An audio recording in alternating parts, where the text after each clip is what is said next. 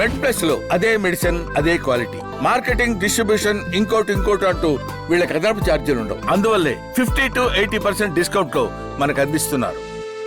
మీరు గూగుల్లో సెర్చ్ చేస్తే హైయెస్ట్ సెర్చ్లో ప్రీమెచ్యూర్ ఎజాక్యులేషన్ ఉంటుంది, నెక్స్ట్ ఎరెక్టైల్ డిస్ఫంక్షన్. సార్ ఇదేందో పెళ్ళి అయిపోయిన తర్వాత లేని సార్, ఇప్పుడేముంది అంగస్తమన ప్రాబ్లం అని, ఇది పాత మాట. పెళ్ళైన తర్వాత అప్పుడు సెక్స్ అని. ఇప్పుడు తెలుసుగా ఎన్నో యాప్స్, లివింగ్ రిలేషన్స్, మన ఆలోచనలు మారాయి, మన చుట్టూ ఉన్న పరిస్థితులు మారాయి. 10th క్లాస్ అయిపోయి ఇంటర్కి వచ్చిన వాడు కూడా సార్ మధ్యలో అంగస్తమన సార్ అని వస్తాడు. మళ్ళీ ఏమ్మా ఎవరన్నా వచ్చారు, ఏం మాట్లాడుతున్నారు సార్, మా ఆయన ఎందుకు పిలుచుకొచ్చుకుంటా సార్, దీనికి ఏం జ్వరమా తలనొప్పి అది ఆ పిల్లడు అనేది నేను అనేది కాదు.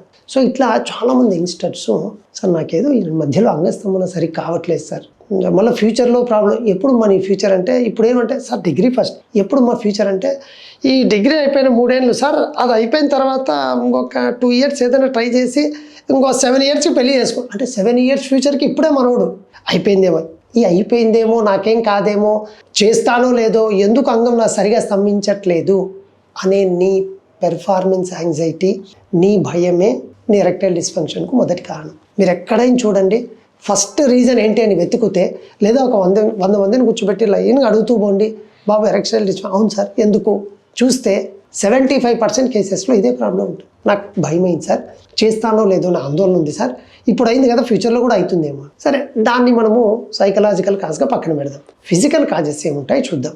ఒకటి, మీ సెక్స్ హార్మోన్స్లో ఇంబ్యాలెన్స్ ఉండడం, ముఖ్యంగా టెస్టోస్టిరోన్ హార్మోన్. మిగతా కూడా ఉన్నాయి హార్మోన్స్, బట్ ఇది చాలా ఇంపార్టెంట్ హార్మోన్. రెండవది, మనందరికీ మగవాళ్ళకి అంగం గట్టిపడాలంటే అంగంలో ఉన్న స్పేసెస్, బ్లడ్ స్పేసెస్ ఉంటాయి. ఆ బ్లడ్ స్పేసెస్ బ్లడ్తో చక్కగా ఫిల్ కావాలి.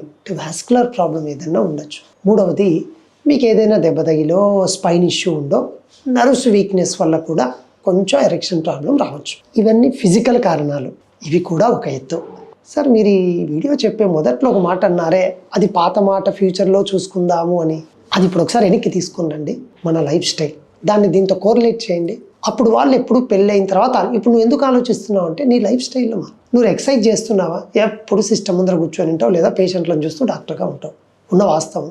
లేదా వీడియో చేసే వ్యక్తి అనుకో ఎప్పుడు కూర్చొని వీడియో పొద్దున అయిపోతే నైట్ అయిపోతే, నైట్ ఇంటికి పోయి చూసుకుని టైం లేదు సార్ బాస్రమ్ అన్నాడు. ఎవరైనా అంటే ఎగ్జాంపుల్, మన ప్రతి ఒక్కరి రెగ్యులర్ లైఫ్ స్టైల్లో సెడెంటరీ లైఫ్ ఎక్కువ అయిపోయింది. నెంబర్ 2, ఎప్పుడైతే నువ్వు సెడెంటరీ లైఫ్లో ఎక్సర్సైజ్ లేదు, నీ హార్మోన్స్ బ్యాలెన్స్ ఎలా ఉంటాయి, నిద్ర సరిగా పోరు. ఎందుకంటే లేట్ అయిపోయింది సార్, చూసుకోవాలి కదా సార్, ఉద్యోగంలో మళ్ళీ బాస్ తీసేస్తాడు, భయం. చదువుకోవాలి, ముందర నాకు టార్గెట్స్ ఎక్కువ ఉన్నాయి సార్, ఇదొకటి. భయానికి ఇది యాడ్ అయిపోతే, నిద్ర సరిగా లేకపోతే స్ట్రెస్. చూడండి అన్నీ ఎలా కోరిలేట్ అవుతున్నాయి. ఇంకొకటి స్ట్రెస్ సార్, వెంటనే ఏమంటాడు, దారా మామ జైల్లో నుంచి తీస్తాడు. ఏం తీస్తాడు, ఫోన్ కాదు, దమ్ము కొట్టరా, అవన్నీ పోతాయి. ఎక్స్ గర్ల్ ఫ్రెండ్ పోవచ్చు, ఏం లేదే, దమ్ము కొట్టు. వాడేదో వాడి బాధ ఉంటుంది, వీడి ముందు జోలో నుంచి తీసేద్దాం. స్మోకింగ్ అలవాటు చేస్తున్నాం, నీకు తెలియకుండానే ఎక్కువ తాగేస్తున్నావు. స్మోకింగ్ వల్ల వాస్కులారిటీ తగ్గిపోతుంది, దాంతో ఎరెక్షన్ పోతుంది.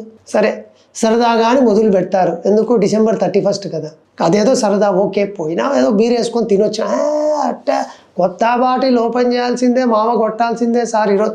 వాడికి ఏ అలవాటు, మామ 26 లేపాల్సిందే బాటిల్, వాడికి లేని అలవాటు తెస్తుంది. సో ఇవన్నీ ఏమైపోతున్నాయి, ఎర్లీ ఏజ్లోనే నీకు తెలియకుండానే నీ లైఫ్ స్టైల్లో ఉన్న యాక్టివిటీస్ వల్ల. ఈవినింగ్ అయితే జంక్ ఫుడ్, సో ఆ జంక్ ఫుడ్, ఆయిలీ ఫుడ్ తింటున్నాము, వర్క్ చేయట్లేదు. వర్క్ చేయట్లేదు మీన్స్ ఎక్సర్సైజ్ చేయట్లేదు. వీటన్నిటి వల్ల ఏమైపోతుంది, హార్మోన్లు ఇంబ్యాలెన్స్ అయిపోతుంది, అంగంలో వాస్కులారిటీ తగ్గిపోతుంది. వీటన్నిటి వల్ల ఖచ్చితంగా మనకు ఎర్లీ ఏజ్లోనే ఎరెక్టైల్ డిస్ఫంక్షన్ ప్రాబ్లం అనేది వస్తూ ఉంటుంది. కానీ భయపడాల్సిన అవసరం లేదు.